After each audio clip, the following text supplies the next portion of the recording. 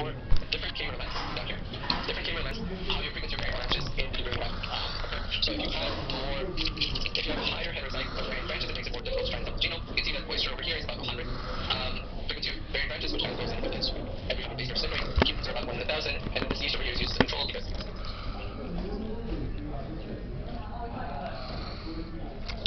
K-mers. And you can see in this case that as your K-mers get longer, your repeat branch rate does begin to fall as well. But because humans have a lot of long repeats in their genome, we're still higher than all the other organisms. These organisms were chosen based on the fact that the yeast is a control. Human, snake, and fish, I believe, were part of the Assemblathon competition. Oyster is just used as the worst case scenario, and then the bird was just added in to, I guess, purple. But the bird was also added in to try and compare against the other programs. What this program will also do is try and, based on the assembly graph that you get, it'll try and estimate what your expected genome size is supposed to be. And the reason for this is you want to be able to have enough coverage for your expected genome size to be able to accurately resolve any repeats or call specific context. So the program's accurate to about 10%, because you can see the human genome that is estimated is almost 3 billion base pairs, which is roughly the length of a human genome, or the reference genome that we accept. It'll also estimate the quality scores at every given base position. You can see that as the base position gets longer, your quality scores begin to fall. Quality scores falling make it much more difficult to do your graph assembly because you have more of those branching effects and you have nodes that don't or shouldn't belong there at all. So what you would ideally want is something that's steady without any quality scores falling, but this is just a result of the sequencing technology itself. And then you can also measure your error rate at any given position as well, and the higher your error rate becomes, the worse it'll be trying to assemble your genomes. So all these are metrics to try and determine how difficult the set of sequences you just gave it is going to be to assemble. The last thing one of the last things you also want to check is GC bias. You don't want your K-mer coverage to be based on percentage of GC. So what this ends up doing is plots the heat map, and you don't want any trends to be present. So for our fish, which doesn't have any GC bias, you can see that we have a singular point right in the middle without any trends. If you look at the yeast genome, you can see that there's a bit of a linear trend that increasing GC concentration, GC coverage percentage actually causes a decrease in coverage, but it's slight. And then if you look at the oyster genome, because of that high SNP rate and heterozygosity, we actually get 2 of these GC hotspots, and we see a slight bias for GC in terms of K-mer coverage as well. The program will also output the expected fragment size because we're using paired ingredients, so you end up getting a nice distribution, or an estimated distribution of your fragment size based on the reads, and also do a simulated assembly. So since you were asking about what K-mer to ideally choose, it spans across different K-mers and tries to give you what your simulated length of N50 is, and we'll talk about N50 in the tutorial. It's one of the metrics we use to try and determine how good your assembly is. So it helps you pick or focus on which K-mers to actually select when you finally run the assembly on your entire genome. The program is called PreQC. It's run in fast. So this is from, I don't know if it's still a preprint, it might be published for now, but the preprint is still available at this link, and the code to actually view how it does all of its metrics and calculations is also available on GitHub, and these are the commands that you basically have to run. So it's 3 commands, and you end up getting a summary of your assembly strategy. So that's just an overview of how assemblers work. Short and long assembly requires different methods because they're different data sets. You can't just use whichever strategy you want because they're tailored for that specific technique. And many factors determine if assembly is difficult or easy. Short reads, SGS PreQC can help assess these factors. But just because it can help assess the factors doesn't mean you can necessarily overcome those factors. And the strategy nowadays is to pool short and long to try and create the best assembly possible. And that's basically it. Any questions?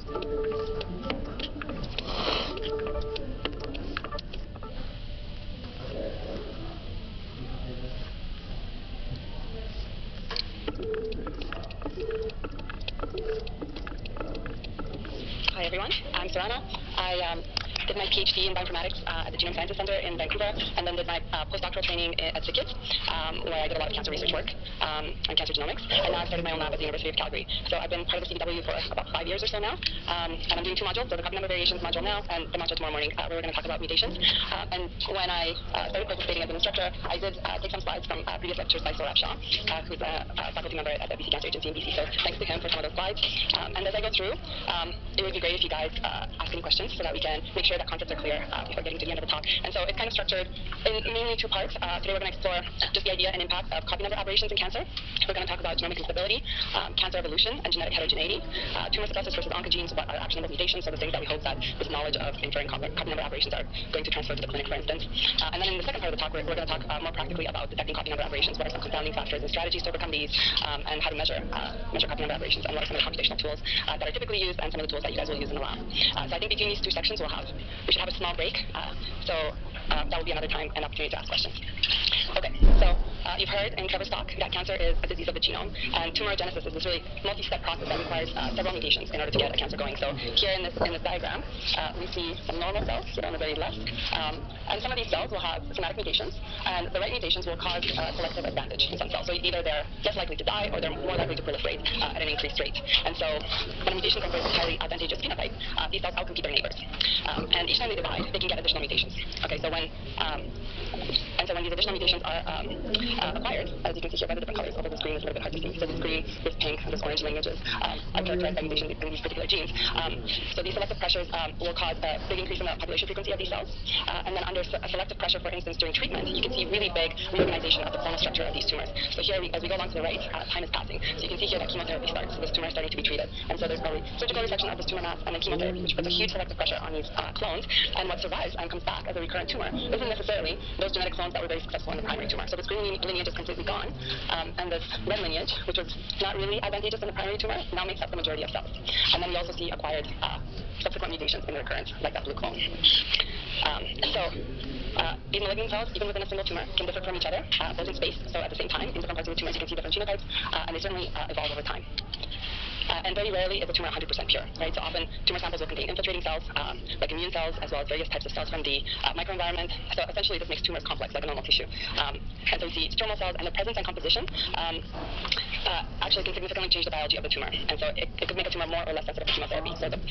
So actually, the combination of genetically distinct clones in a tumor, as well as the specific types of microenvironment or cells in the microenvironment are what are involved in the pathogenesis of some and perhaps all cancers. So it's important to appreciate this aspect of tumor biology. And you guys have seen this before. Our foundation for understanding biology of cancers is really easily presented as the set of 6 hallmarks. So these are the acquired functional capabilities that enable cancer cells to survive, to proliferate, to disseminate to other parts of the body. And the acquisition of these capabilities is made possible by 2 enabling characteristics. So these are shown here on the bottom right. So inflammation in the tumor microenvironment, like I was saying, and most relevant to our discussion today, genome instability and mutation. So genomic instability is what endows cancer cells with genetic alterations that can drive tumor progression.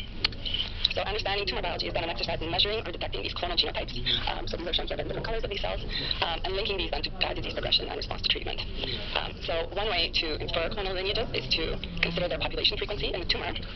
However, there are several confounding factors to consider, and today we're going to talk in a little bit of detail about 2 of them. One is normal contamination, like I mentioned. These are non-malignant cells from tumor stroma, and the simultaneous presence of these multiple genetically distinct lineages, whose relative frequencies need to be deconvoluted. Okay, so before delving into the details of how we're going to do that, let's go over some background on copy number alterations.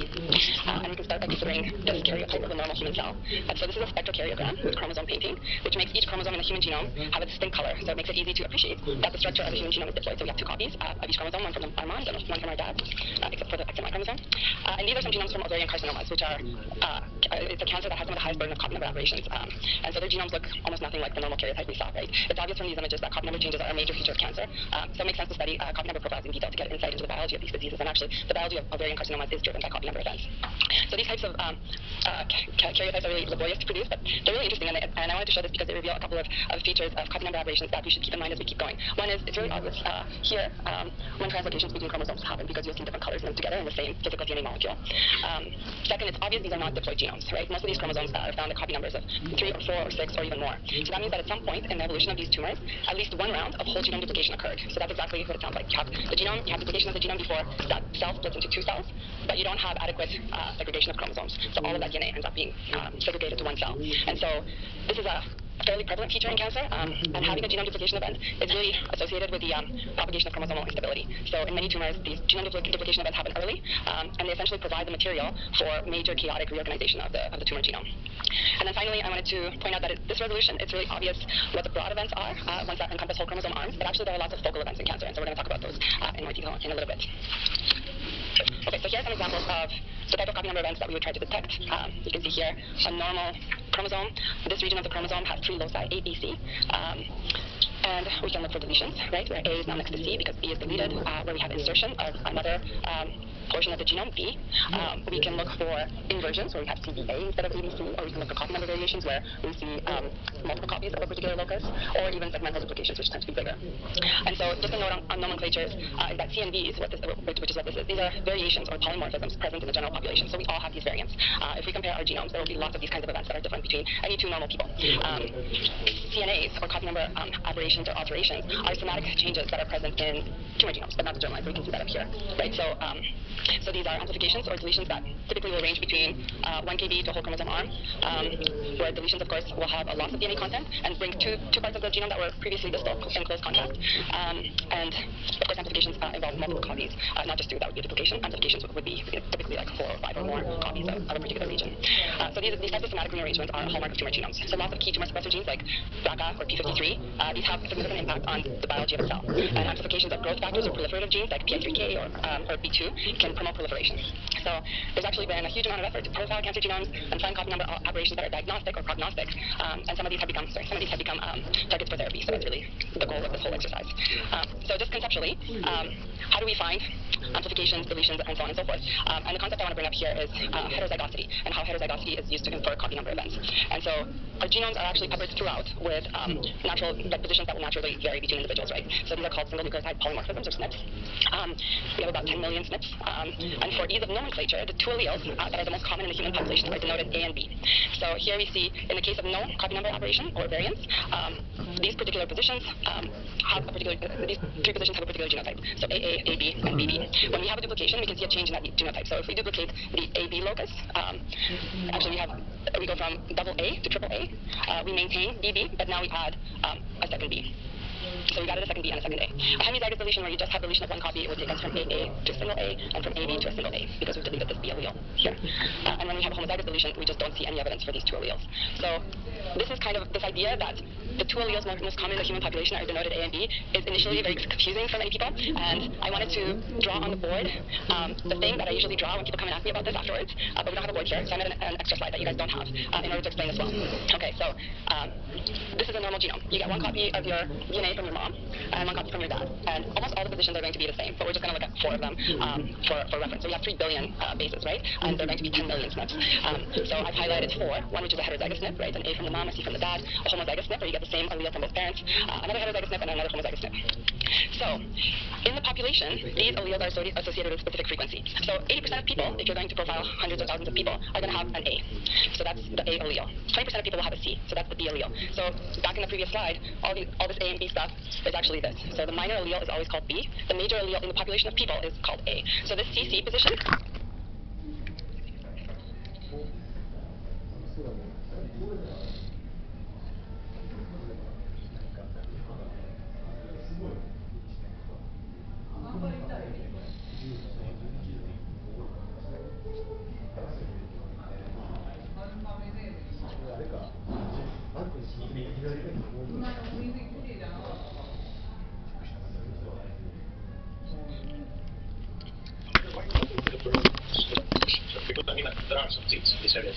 Yes.